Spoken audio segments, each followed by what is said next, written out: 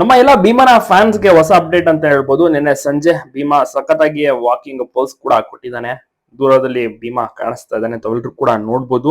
So ಭೀಮನ fans ತುಂಬಾ ಜನ ಇರ್ತಾರೆ, ಎಲ್ರು ಕೂಡ ಭೀಮಾ ಕಾಡಾನೆ ಭೀಮಾ ಇದು ವೈಲ್ಡ್ ಭೀಮನ ನೋಡ್ಬೇಕು ಅಂತ ತುಂಬಾ ಜನ ಕೂಡ ಆಸೆ ಪಡ್ತಾ ಇರ್ತಾರೆ. ಅದೇ ರೀತಿ ಬಿಕೋಡು ಭಾಗದಲ್ಲಿ ಸುತ್ತಾಟ ನಡೆಸ್ತಿದ್ದಾನೆ. ಅಲ್ಲಿರುವಂತ ಊರಿನವರು ಗ್ರಾಮಸ್ಥರು ಸಹ ದೂರದಲ್ಲಿ ನಿಂತು ವಿಡಿಯೋನು ಸಹ ಮಾಡಿದ್ದಾರೆ.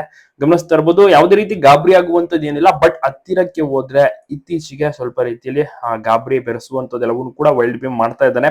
ಬಟ್ ವೈಲ್ಡ್ ಭೀಮ್ ಮನುಷ್ಯರಿಗೆ ತುಂಬಾ ಚೆನ್ನಾಗಿ ಹೊಂದ್ಕೊಂಡಿದ್ದಾನೆ. ಊರಿನವರಿಗಂತೂ ಬಹಳಷ್ಟು ಭೀಮಾ ಅಂದ್ರೆ ವೈಲ್ಡ್ ಭೀಮಾ ಅಂದ್ರೆ ಇಷ್ಟ. ಮತ್ತೆ ಮನೆ ಮುಂದೆ ಆರಾಮಾಗಿ ಓಡಾಡ್ತಾನೆ, ನಾಯಿಗಳು ಬಂದ್ರೆ ಗಾಬರಿ ಆಗೋದಿಲ್ಲ. ಸೊ ಈ ರೀತಿಯ ಒಂದು ಸ್ವಭಾವ ಇರುವಂತ ಆನೆ ಬಹಳಷ್ಟು ಬಿಕೋಡು ಭಾಗದಲ್ಲಿ ಈ ಒಂದು ಆನೆ ಏನಾದ್ರೂ ಊರಿಗೆ ಬಂದ್ರೆ ಏನು ಮಾಡೋದಿಲ್ಲ ಅನ್ನುವಂತ ಒಂದು ನಂಬಿಕೆ ಭರವಸೆ ಜನರಿಗೆ ಇದೆ. ಜೊತೆಗೆ ನೀವು ಕ್ಯಾಪ್ಟನ್ ಮತ್ತೆ ವೈಲ್ಡ್ ಭೀಮಾ ಜಗಳಾಡಿದಂತ ವಿಡಿಯೋಗಳನ್ನೆಲ್ಲ ನೋಡಿರ್ತಾರೆ, ಬಹಳಷ್ಟು ವೈರಲ್ ಆಗಿತ್ತು. ಆಗ ಅಲ್ಲಿ ಎತ್ತಿನ ಗಾಡಿ ಆಗಿರ್ಬೋದು, ಸಿಂಟೆಕ್ಸ್ ಎಲ್ಲವನ್ನೂ ಕೂಡ ಡ್ಯಾಮೇಜ್ ಮಾಡಿದ್ದು ಆ ಕ್ಯಾಪ್ಟನ್ ಆನೆ. ಈ ವೈಲ್ಡ್ ಭೀಮಾ ಅಲ್ವೇ ಅಲ್ಲ. ವೈಲ್ಡ್ ಭೀಮಾ ಯಾವುದೇ ರೀತಿ ಡ್ಯಾಮೇಜ್ ಸಹ ಮಾಡಕ್ಕೆ ಹೋಗಿಲ್ಲ. ಸೊ ಅಂತ ಒಂದು ಒಳ್ಳೆ ಆನೆ ಅಂತಾನು ಕೂಡ ಕರೆಯಲ್ಪಡ್ತಾರೆ ವೈಲ್ಡ್ ಭೀಮನನ್ನ. ಸೊಂಡ್ಲನ್ನ ಆಗಾಗ ಎತ್ತಿ ಎತ್ತಿ ನೋಡ್ತಾ ಇರ್ಬೋದು, ಅದು ವಾಸನೆಯನ್ನ ಗ್ರಹಿಸ್ತಾ ಇದ್ದಾನೆ. ಕಂಪ್ಲೀಟ್ ಆಗಿ ಮದವು ಕೂಡ ಜಾಸ್ತಿ ಆಗ್ತಾ ಇದೆ. ಈಗ ತಾನೇ ಒಂದು ಇನಿಷಿಯಲ್ ಸ್ಟೇಜ್ ಅಂತ ಹೇಳ್ಬೋದು. ಮದ ಬಂದು 2 ದಿವಸಕ್ಕಿನ ಫೈಟ್ ಆಗಿದ್ದು, ದಂತವನ್ನ ಕಳ್ಕೊಂಡಿದ್ದು, ಗಾಯವನ್ನ ಮಾಡ್ಕೊಂಡು ಮತ್ತೆ ವಾಪಸ್ ಆಲೂರು ರೇಂಜ್ಗೆ ಹೋಗಿದ್ದ, ರಾಜಕೋಟ್ನಹಳ್ಳಿ ಭಾಗಕ್ಕೆ ಅಬ್ನಾಕಾಡು ಆ ಕಡೆ ಸೈಡ್ ಹೋಗಿದ್ದ. ಮತ್ತೆ ಪುನಃ ಎಲ್ಲಿ ಫೈಟ್ ಆಡಿದ್ದು ಅದೇ ಜಾಗಕ್ಕೆ ಬರ್ತಾನೆ. ಸುಮಾರು ಒಂದು 4-5 ದಿವಸ ಬಿಟ್ಟು ಎಲ್ಲ ಕಂಪ್ಲೀಟ್ ಜಾಗವನ್ನ ನೋಡ್ತಾನೆ. ಗಾಯವೂ ಕೂಡ ಕಂಪ್ಲೀಟ್ ಆಗಿ ನೋವು ಕೂಡ ಕಡಿಮೆ ಆಗ್ತಾ ಬರ್ತಾ ಇದೆ. 80% ಆರೋಗ್ಯವಾಗಿದ್ದಾನೆ, ಚೆನ್ನಾಗಿ ಮೇವು ಕೂಡ ತಿಂತಾ ಇದ್ದಾನೆ, ಚೆನ್ನಾಗಿ ನೀರು ಕುಡಿತಾ ಇದ್ದಾನೆ, ಸ್ನಾನ ಮಾಡ್ತಾ ಇದ್ದಾನೆ. ಯೂಶಲಿ ಮಧ್ಯಾಹ್ನದ ಸಮಯ ಅಂದ್ರೆ 12 ಗಂಟೆ 1 ಗಂಟೆಲೆಲ್ಲ ಆನೆಗಳು ರೆಸ್ಟ್ ಮಾಡ್ತವೆ. ಬಿಸಿಲು ಕೂಡ ಇದ್ರೆ ರೆಸ್ಟ್ ಮಾಡುತ್ತೆ. ಮತ್ತೆ ಸಂಜೆ ಟೈಮ್ ಮೂವ್ಮೆಂಟ್ ಆಗುತ್ತೆ. 3 ಗಂಟೆ 4 ಗಂಟೆ ಅಷ್ಟೊತ್ತಿಗೆ ಹೊರಗಡೆ ಕಾಣಿಸ್ಕೊಳ್ಳೋದು, ಗಾಡಿಗೆ ಹೋಗುವಂತ ಟೈಮ್ ಆಗಿರ್ಬೋದು, ರಸ್ತೆ ದಾಟುವಂತ ಟೈಮ್ ಎಲ್ಲವೂ ಕೂಡ ಆಗಿರುತ್ತೆ. 3 ಗಂಟೆ 4 ಗಂಟೆ ಟೈಮ್ ನೀರು ಕುಡಿಯೋಕ್ಕೂ ಕೂಡ ಹೋಗುವ ಒಂದು ಟೈಮ್ ಸಹ ಆಗಿರುತ್ತೆ. ವೈಲ್ಡ್ ಭೀಮಾ ಒಟ್ಟಿನಲ್ಲಿ ಈಗ ಆರೋಗ್ಯವಾಗಿದ್ದಾನೆ. ದೂರದಿಂದಲೇ ಅಲ್ಲಿ ಗ್ರಾಮಸ್ಥರು ಸಹ ನೋಡಿ ವಿಡಿಯೋನ ಸಹ ಮಾಡ್ಕೊಳ್ತಾರೆ, ಜೋರಾಗಿ ವೈಲ್ಡ್ ಭೀಮಾ ಅಂತ ಸಹ ಕೂಗ್ತಾರೆ. ಆದ್ರೆ ವೈಲ್ಡ್ ಭೀಮಾ ತನ್ನ ಪಡಿಗೆ ತಾನು ನಡ್ಕೊಂಡು ಹೋಗ್ತಾನೆ. 1-2 ದಿವಸದ ಹಿಂದೆ ಅಷ್ಟೇ ಸಹಚರನ ಜೊತೆ ಕೂಡ ವೈಲ್ಡ್ ಭೀಮಾ ಸುತ್ತಾಡ್ತಾ ಇದೆ. ಬಟ್ ಈಗ ಒಂಟಿಯಾಗಿ ಸುತ್ತಾಡ್ತಾ ಇದ್ದಾನೆ. ಗುಂಪು ಸೇರುವಂತ ಸಾಧ್ಯತೆಯೂ ಸಹ ಇದೆ. ಗುಂಪು ಅಲ್ಲೇ ಸುತ್ತಮುತ್ತ ಕೂಡ ಇದಾವೆ. ಒಂದು 18 ಆನೆ ಗುಂಪಿದೆ.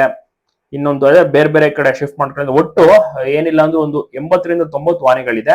ಅದು ಬ್ಯಾಚ್ ವೈಸ್ ಡಿವೈಡ್ ಮಾಡ್ಕೊಂಡಿದೆ. ಯಾಕಂದ್ರೆ ಫುಡ್ ಜಾಸ್ತಿ ಬೇಕಾಗುತ್ತೆ, ಒಟ್ಟಿಗೆ ಇದ್ರೆ ಫುಡ್ಡಿನ ಕೊರತೆ ಆಗುತ್ತೆ ಅನ್ಬಿಟ್ಟು ಗುಂಪು ಮಾಡ್ಕೊಂಡಿರ್ತೇವೆ. ಒಂದು 15 ಆನೆ ಗುಂಪಾಗಿರ್ಬೋದು, ಇನ್ನೊಂದು 18 ಆನೆ ಗುಂಪುಗಳು. ಸೊ ಈ ರೀತಿ ಗುಂಪನ್ನ ಮಾಡ್ಕೊಂಡು ಸಕಲೇಶ್ಪುರ ಡಿವೈಡ್ ಆಗಿರುತ್ತೆ. ಕೆಲವೊಂದು ಗುಂಪುಗಳು ಸಕಲೇಶ್ಪುರ ಭಾಗದಲ್ಲಿ, ಕೆಲವೊಂದು ಗುಂಪುಗಳು ಬಿಕ್ಕೋಡ್ ಭಾಗ, ಇನ್ನ ಕೆಲವೊಂದು ಗುಂಪುಗಳು ನಾಗೇನಹಳ್ಳಿ ಆಗಿರ್ಬೋದು. ಸೊ ಈ ರೀತಿ ಭಾಗದಲ್ಲಿ ಸಂಚಾರವನ್ನ ಮಾಡ್ತಾ ಇರ್ತವೆ.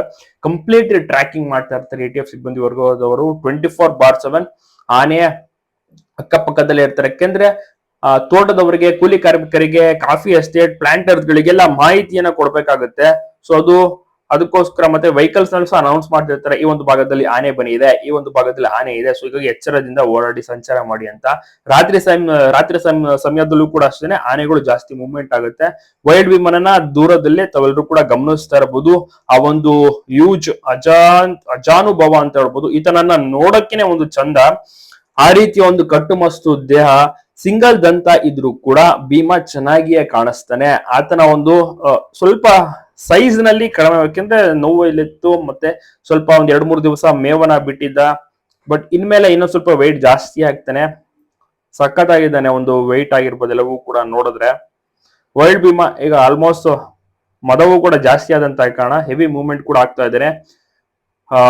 ಏನಿಲ್ಲ ಅಂದ್ರೂ ಒಂದು 2 ದಿವಸದ ಹಿಂದೆ ಅಷ್ಟೇ ಸುಮಾರು 20-25 ಕಿಲೋಮೀಟರ್ ನಡ್ಕೊಂಡು ವಾಪಸ್ ಬಿಕ್ಕೋಡು ರೇಂಜ್ಗೆನೆ ಬಂದು ಎಲ್ಲಾ ಒಂದು ಭಾಗ ಫೈಟ್ ಆದ್ಮೇಲೆ ಮತ್ತೆ ಫೈಟ್ ಗಿಂತ ಮುಂಚೆ ಎಲ್ಲೆಲ್ಲಿ ಓಡಾಡಿದ್ದ ಎಲ್ಲಾ ಭಾಗವನ್ನ ಮತ್ತೊಮ್ಮೆ ಸುತ್ತಾಡ್ತಾ ಇದ್ದಾನೆ ಅಂತ ಹೇಳ್ಬೋದು. ಈಗ ಸದ್ಯಕ್ಕೆ ಗುಡ್ಬೆಡ್ಡ ಎಸ್ಟೇಟ್ ಆಗಿರ್ಬೋದು, ಅಂದ್ರೆ ಫೈಟ್ ಆದ್ಮೇಲೆ ಎಲ್ಲಿ ಒಂದು ಕಾಫಿ ಎಸ್ಟೇಟ್ ನಲ್ಲಿ ಹೋಗಿ ನಿಂತ್ಕೊಂಡಿದ್ದ ಅದೇ ಜಾಗಕ್ಕೆ ಮತ್ತೊಮ್ಮೆ ಹೋಗ್ತಾನೆ. ಗುಡ್ಬೆಟ್ ಎಸ್ಟೇಟ್ ಅಂತ, ಮತ್ತೆ ಕೆಸ್ಗುಲಿ ಅಂತ, ಮಾದಿಮನೆ ಅಂತ.